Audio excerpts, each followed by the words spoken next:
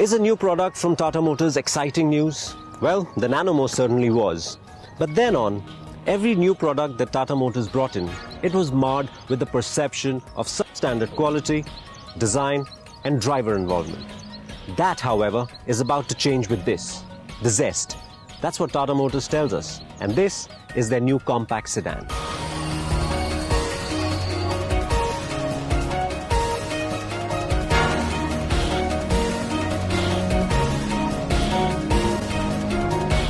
One of the biggest consideration aspects while buying a car here in India is the exterior design or styling. It is said if you get the visual allure of a product right, that's half the battle. On this front, the Zest is a huge step up over both the Vista and the Manza. The Zest still has that typical Tata smiley face, but it looks younger and more contemporary now.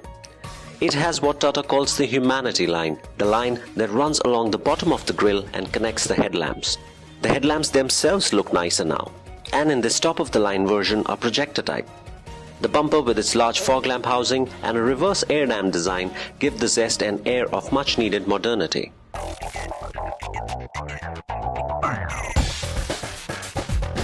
This is probably the worst angle to view the Zest from. It just doesn't look very proportionate.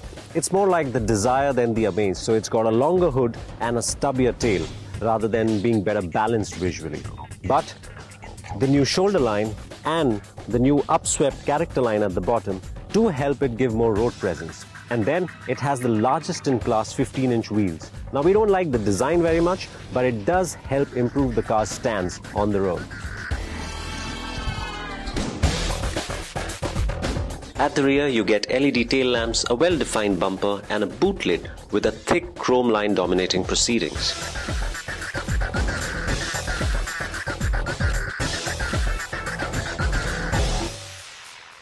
The most crucial change for us on the Zest compared to the Vista on which it is based has to be these interiors. As you can see, these look more upmarket now. And that's thanks to 2 or 3 reasons. Number one, being the play of colors. You can see that it's dark and then there's this beige colored interior. And this looks like soft grain, but it isn't. But it just makes the interior look more upmarket.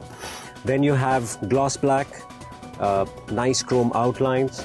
So all of it together gives the Zest's interiors the aura of richness and fit and finish, the good fit and finish that we haven't seen on Tatas before.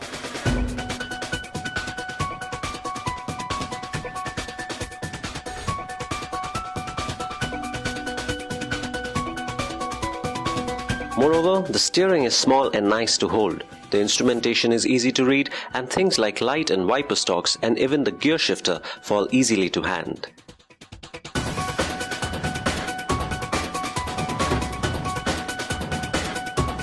Now seats overall we didn't like too much. Yes, you know, they're huge, they're large, seat back is nice and comfortable, but they're just too soft. So over long distances, they're bound to get uncomfortable.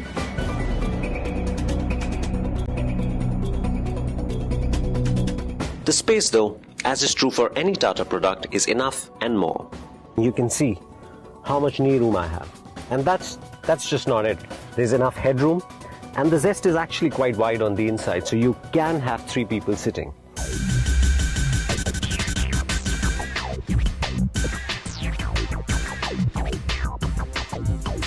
The Zest comes with 2 engine options. There's a 1.2 litre turbo petrol and there's a 1.3 litre AMT-equipped diesel. Both make around the same horsepower, but the diesel of course makes more torque. The one we are driving right now is the petrol.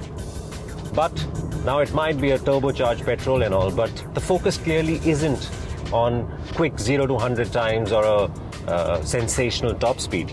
The idea here is to make the Zest more drivable and use that turbocharger to deliver better fuel economy.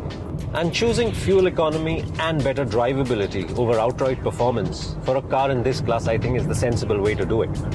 The throttle response is good and there's hardly any turbo lag. And that's down to the turbocharger that they're using.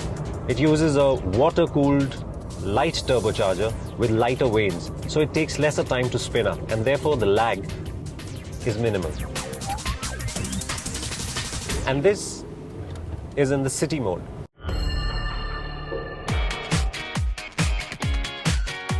The 1.2-litre Revotron petrol engine also comes with 3 driving modes: City, Eco and Sport. In Eco, the ECU map is softer, as is the response to throttle inputs. And as the name suggests, it works best for achieving good fuel economy. In Sport mode, there's a perceivable alertness in Zest's power delivery. The throttle response is sharper and the revs seem to rise quicker than in the other 2 modes.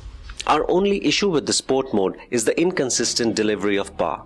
Instead of one seamless pull, the Zest seems to hesitate at some points along the rev range.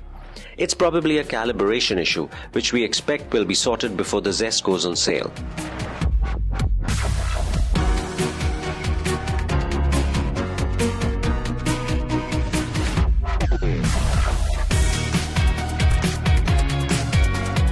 Another positive for the Zest is its ride quality, particularly at slower speeds. There's hardly any noise, bounce or skipping from the suspension, and even over pronounced undulations, it doesn't seem unsettled. It has good straight line stability too, but the Zest isn't a car that's designed with handling prowess in mind. It's more for comfort than the fun to drive factor. And with that light steering, even though it might not prove to be an exciting car to drive around corners, it certainly will be an easy car to drive and live with in a city.